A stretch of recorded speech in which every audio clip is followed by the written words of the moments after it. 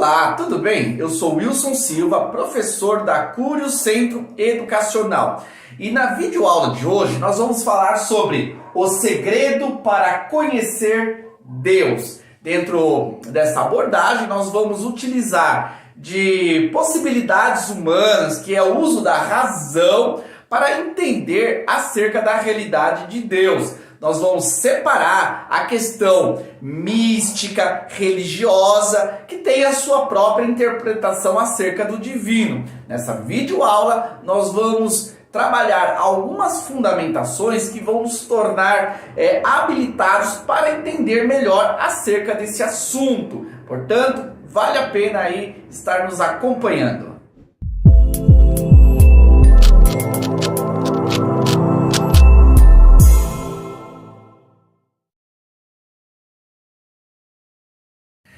Esta é uma questão muito importante. Como conhecer Deus? Cada religião, ela tem como objetivo apresentar a identidade do divino. Quando a pessoa se identifica com uma determinada religião, ela passa a conhecer Deus a partir daquela concepção religiosa. Porém, será que essa é a real identidade do divino? Será que nós vamos realmente ficar limitado a interpretações das religiões para entendermos Deus? Não. Deus possibilitou a nós, através do uso da razão, a possibilidade de compreender acerca da sua realidade e da sua identidade.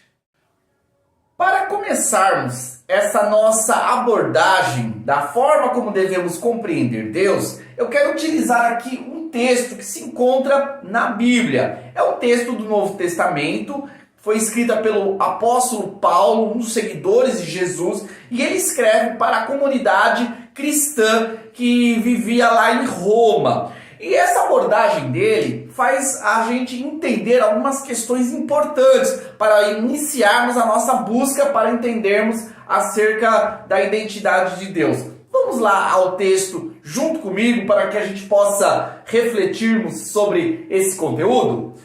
Pois o que de Deus se pode conhecer é manifesto entre eles, porque Deus lhe manifestou.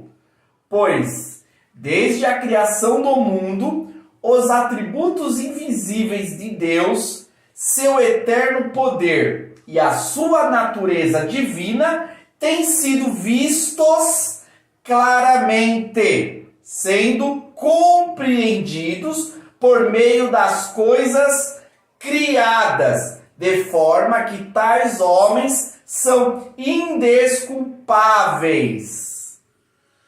Observe que o que Paulo está querendo comunicar aqui é a possibilidade de todos os seres humanos, indiferente do seu credo religioso, indiferente do seu conhecimento dos textos sagrados, todo ser humano, ele pode sim conhecer Deus.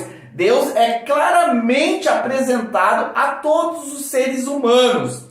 Nesse argumento de Paulo, ele utiliza a questão da obra criada. Ele vai dizer que todas as coisas que foram criadas, elas de alguma forma fazem a gente racionalmente aprender acerca de um Deus. É necessário que aquilo que foi criado não foi criado por acaso, pelo contrário, há necessidade de nós entendermos que existe uma causa, existe uma mente que estabeleceu tudo aquilo que existe no universo, que é um efeito. Sendo assim, todos nós podemos, através do próprio uso da razão, da observação, da análise das coisas que foram criadas, compreender melhor acerca desse Deus. Portanto, ele conclui aqui que não tem como o homem dizer assim: eu não sabia que existia um Deus, ou eu não entendia que existia um Deus.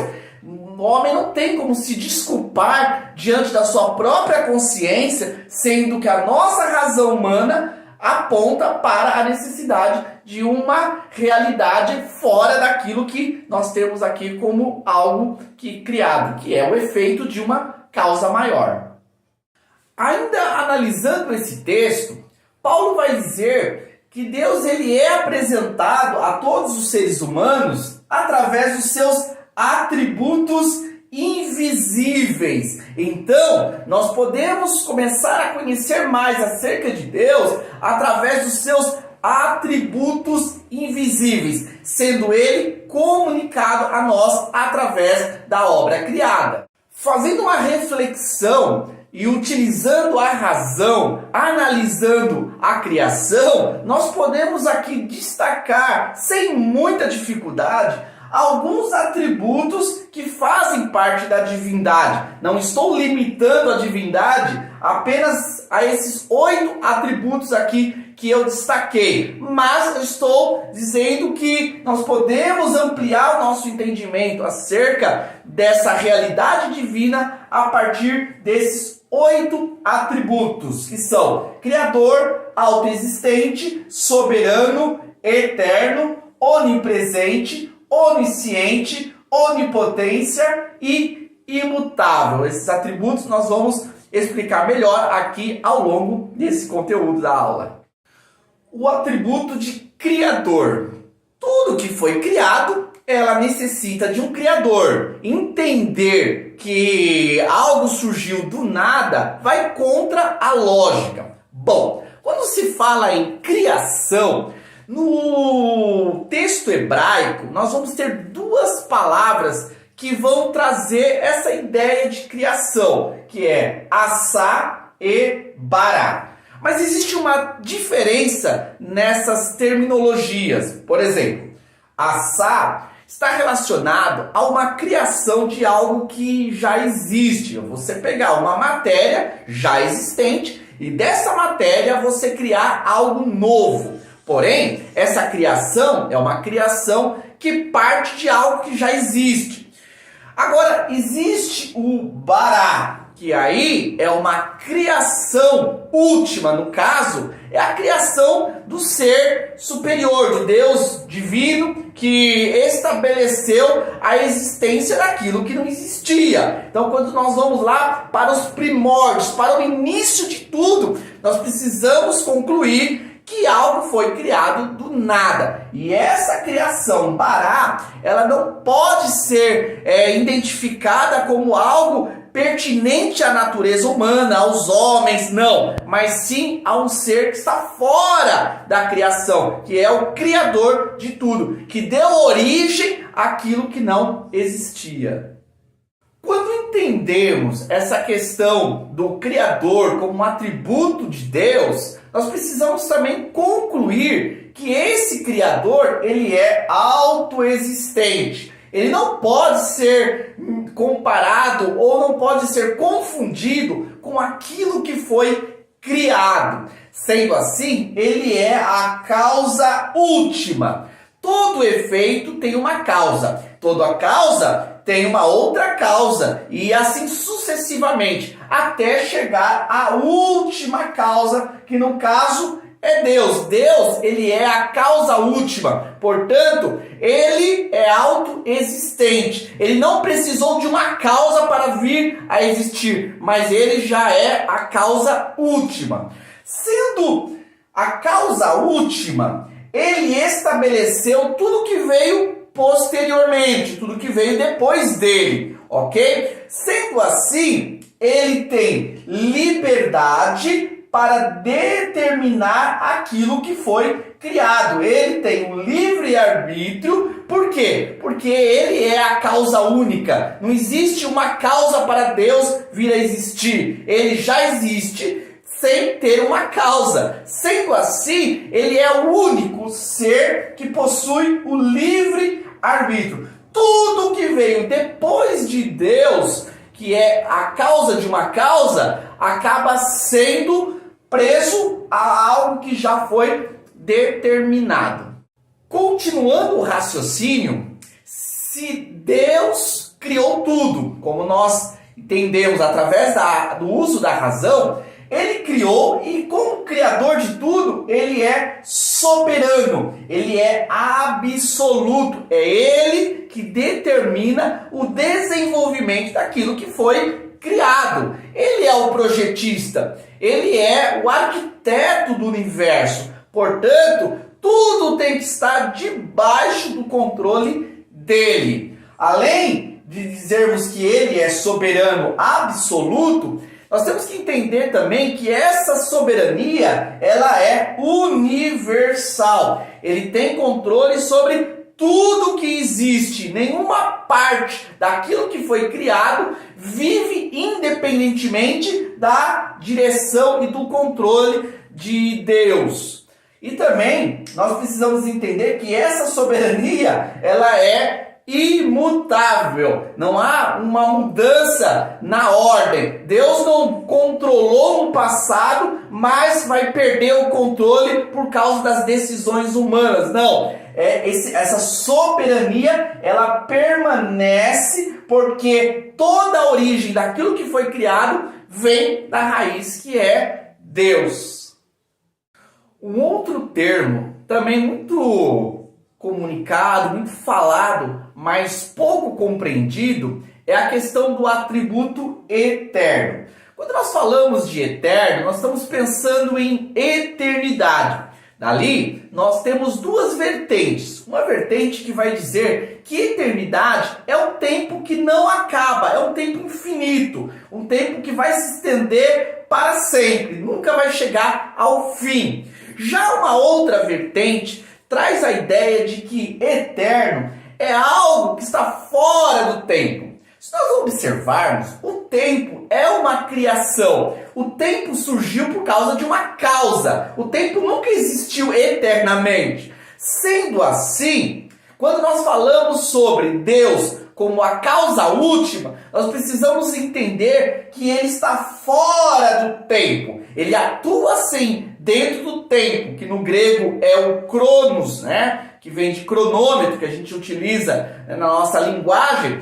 Quando nós falamos desse tempo que nós estabelecemos, esse tempo que a gente criou para poder se desenvolver nas nossas atividades, é um tempo que foi criado por uma causa última. Sendo assim, esse Deus, ele está além desse tempo, ele está fora, ele não depende desse tempo. Esse tempo faz parte para aquilo que foi criado. Já a divindade não necessita de tempo, por isso que ele é eterno. Isto é, ele não está preso ao tempo. Bom, quando nós conseguimos refletir bem nessa questão acerca da causa última, entendendo que a obra criada, ela foi criada por um ser único, esse ser único fica muito fácil de ser compreendido acerca da sua potencialidade. Assim nós temos aqui alguns atributos que vão referenciar de uma forma lógica a potência de Deus. Nós estamos falando aqui da onisciência, onisciente, isto é, Deus tem todo o conhecimento. É claro, se existe um arquiteto que desenhou todo esse universo, que estabeleceu tudo que existe no mundo, esse Deus, esse ser, ele deve ter todo o conhecimento, toda a ciência, tudo aquilo que foi construído pelos homens foi construído e estão debaixo da onisciência do divino. Onipotente é um outro termo que classifica os atributos de Deus, que identifica melhor a sua potência, pois nós entendemos que Deus ele tem todo o poder. Claro, alguns vão utilizar de argumentos falaciosos, dizendo Deus pode construir alguma coisa que seja maior do que ele, Deus pode construir algo que venha a ser mal, Deus pode. Nós precisamos entender que a onipotência de Deus, ela está relacionada à sua vontade. Deus pode tudo que é da sua vontade. Outro atributo também é a questão da onipresença. Deus é onipresente, isto é, não existe nenhum local, nenhum espaço que não está debaixo da supervisão desse Deus divino, desse Deus superior, soberano e criador. Quando nós tentamos medir Deus ou estabelecer uma estatura para o Criador, nós caímos na nossa finitude. Por mais que a nossa mente tenta expandir e tentar limitar a grandeza, a estatura de Deus, nós jamais conseguiremos. Portanto, não existe espaço, não existe local que possa não ser preenchido por esse Deus superior. Ele está acima de tudo aquilo que a nossa mente possa se expandir para entender como localidade. E concluindo a nossa abordagem sobre os atributos de Deus, nós vamos falar sobre a imutabilidade. Deus é imutável. Claro, quando a gente entende que Deus ele é o Criador, nós precisamos saber separar que, por ser Criador, ele não precisa ser criado. Se ele não é criado, ele não muda, ele não está em um processo de transformação. Pelo contrário, ele é um ser sem transformação, ele é um ser completo, pronto, perfeito. Portanto, ele não está suscetível a mudanças, a transformações. Porque esse processo de evolução, de transformação, de mudança é um processo estabelecido para aquilo que foi criado e não para o Criador. É isso aí. Eu poderia, ao trabalhar os atributos de Deus, utilizar alguns textos que estão na Bíblia Sagrada. Textos que trariam uma clareza também acerca desses atributos. Porém, como o objetivo nosso é trabalhar a questão do uso da racionalidade, eu utilizei de argumentos lógicos, de um raciocínio, para estabelecer alguns atributos que nos fazem entender melhor quem é esse Deus. Por isso, indiferente da sua posição religiosa, indiferente das suas crenças, através do uso da razão, nós podemos sim compreender melhor acerca do ser divino.